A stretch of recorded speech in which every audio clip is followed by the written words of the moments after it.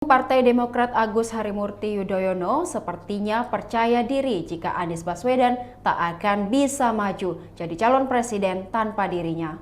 Meski diketahui Anies Baswedan sudah resmi dideklarasikan sebagai calon presiden dari Nasdem, namun langkah untuk berkoalisi di pemilu 2024 dengan Demokrat dan PKS belum juga dilakukan.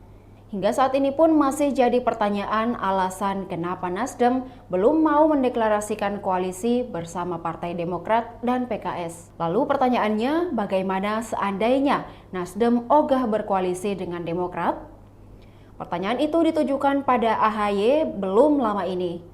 AHY lalu memberikan jawaban tegas jika Anies Baswedan tak akan bisa menjadi calon presiden karena tidak memenuhi presidensial threshold. Menurutnya, koalisi menjadi jalan mulus bagi Anies untuk bisa mencapai mimpi menjadi presiden.